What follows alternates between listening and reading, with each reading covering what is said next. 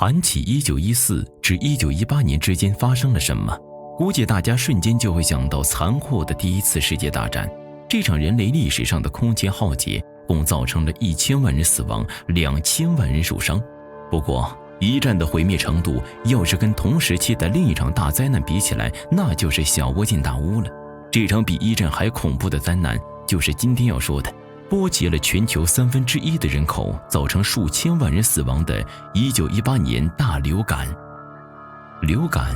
在人们的一般认识中，就是感冒的加强版。在美国，一般从秋季到开春都是流感的高发期，但一般的病人过个几天也就康复了。所以在1918年的春天，多地虽然爆发有流感的病例，却并未引起人们的重视。但这一切都随着一个0号病人的出现而打破了。当时美国刚加入一战，全国上下有许多训练新兵的军营。一位新兵吉斯切尔应征到了位于堪萨斯州的芬斯顿军营，成为了营队的一名厨师。3月4日，吉斯切尔向医护兵报告自己患上了重感冒、发冷、喉咙肿痛且全身肌肉酸痛。很快，军营陆陆续续有发热感冒的士兵来军医院就医，短短一日就超过100人感染。而最后56000人的军营有1127人感染，46人丧生，死亡率达到了4%。要知道，当时正常流感死亡率只有0.1%。芬斯顿军营并非个例，由于大量携带着春季流感病毒的人进入了军营，美国全部的36个军营有24个爆发了流感。然而当时华盛顿高层关注的都是欧洲的战局，根本没人在乎军营中这些所谓的感冒发烧，因而没有采取任何措施防控，甚至还允许士兵在训练结束后享受5天假期。于是这些携带着病毒的士兵纷纷回了家，或者混迹于酒吧、饭馆，将流感迅速地扩散到了美国各地。这还不算完，这些美国大兵祸害完自己国民后，马上登上了前往欧洲战场的军舰。在舰船这个密闭的空间里，流感开始疯狂的传播，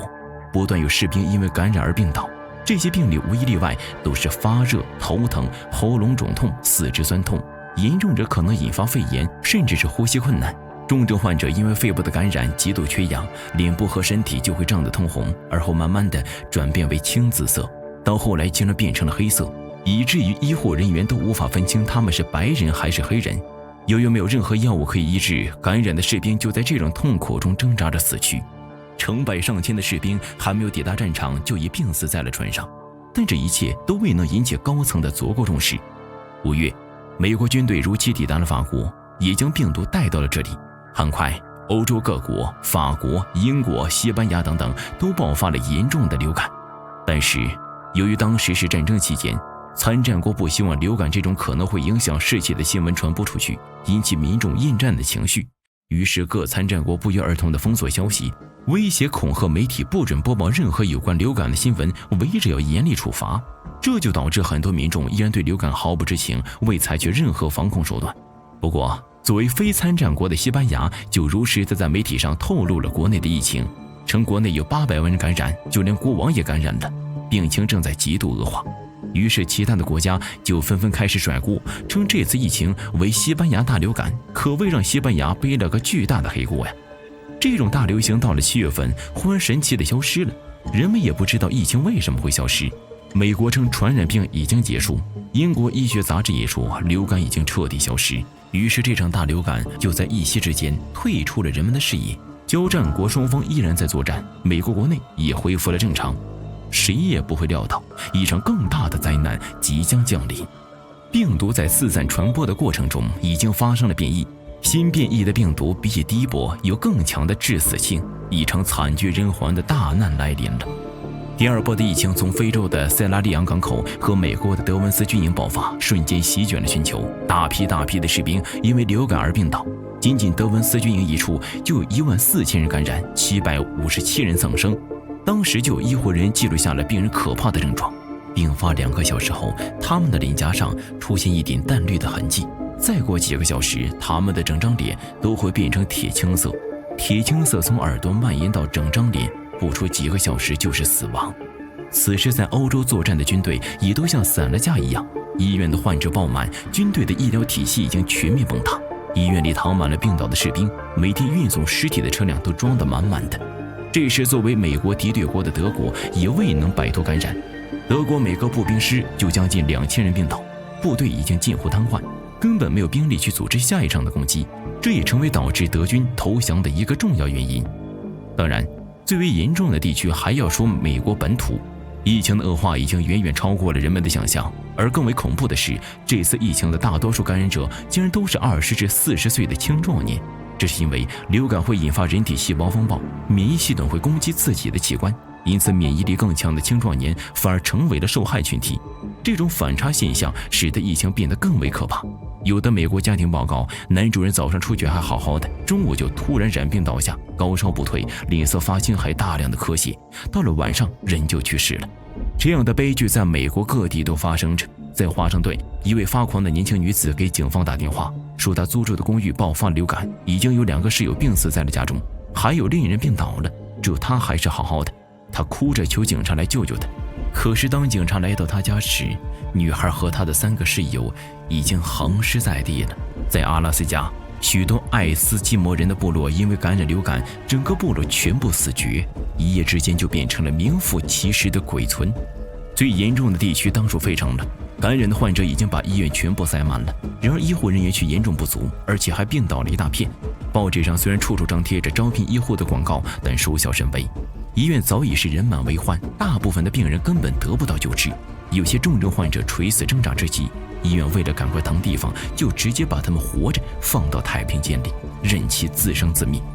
但尽管如此，病人依旧是越来越多。到后来，医院干脆拒绝接受病人，新感染的患者就被随意地丢弃到外面草地上，几千人在呻吟中痛苦地死去。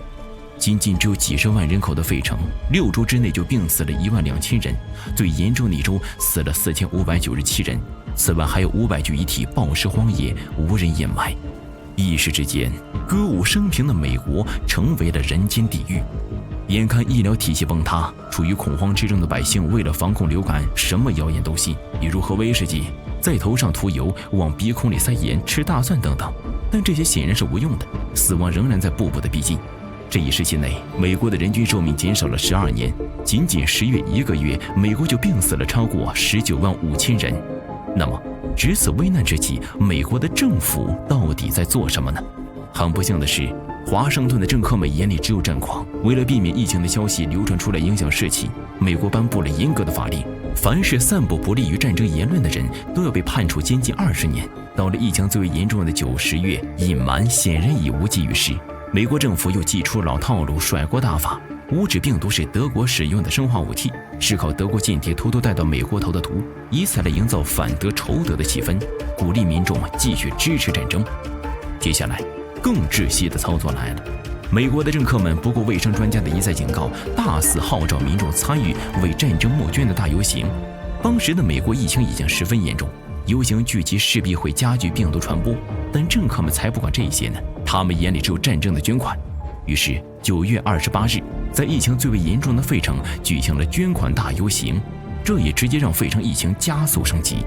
当然，一些城市还是采取了许多防范措施，比如纽约就明令禁止人们随地吐痰，并且呼吁全民佩戴口罩。西雅图也出现了戴口罩执勤的警官。芝加哥关闭了剧院、电影院、夜校等公众聚集场所，并且禁止集会。这些方法多少起了一些作用。到1918年11月，流感疫情又像上次一样非常神秘地消失了。而与此同时，另一个好消息传来，德国投降了，美国、英国等协约国一方获得了战争的胜利。不过流感并非消失了，而是悄悄地潜伏着，等待着第3波的攻击。其实这第3波疫情的致命率要比第2波低得多，再加上人们也都有了一些防控的经验，所以严重程度也大为削弱。但可能谁也不会料到，这第3次疫情直接影响了世界格局，甚至间接地导致了20年后第2次世界大战的爆发。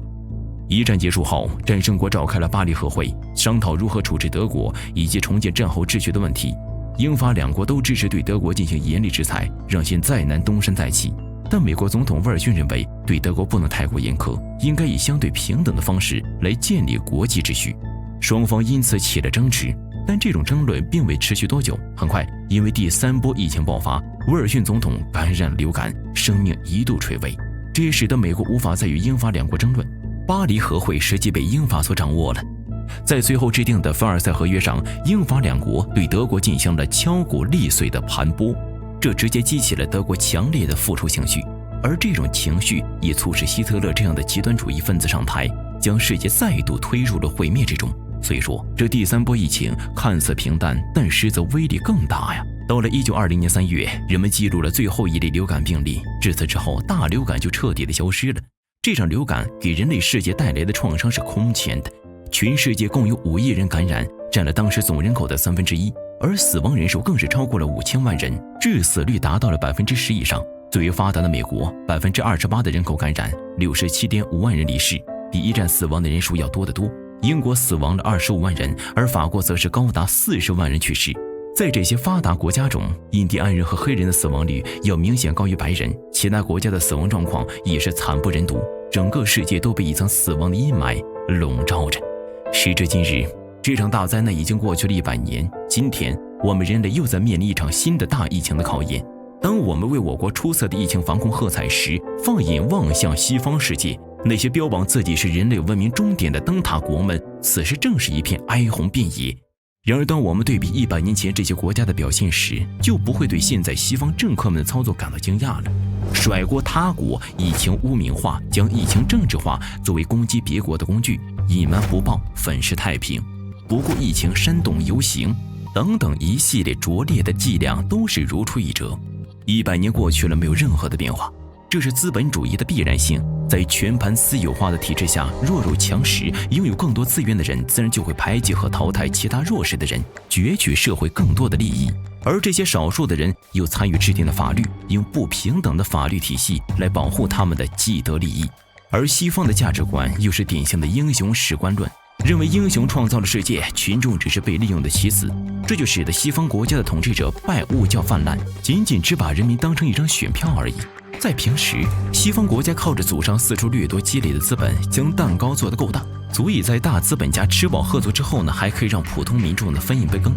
过相对富足的生活。西方的政客们因此鼓吹他们的制度完美无缺，这仅仅只是表象而已，起作用的不是他们的制度，而是靠几百年掠夺来的庞大资源。当像疫情这样的紧急时刻来临，现有资源也不够分的时候，资本主义邪恶的一面就暴露了，强存弱亡成为了社会的常态。医疗物资分配不平等与不公正的现象缺乏任何公权力的调配，政客们关心的只是疫情带来的政治损益，普通的民众只能成为政客操控和资源争夺的牺牲品。同是瘟疫，100年前的美国政客为了继续战争鼓吹游行，100年后的美国总统为了竞选连任煽动聚集。当看到历史重演的一幕，我们就明白了，资本主义从未改变过。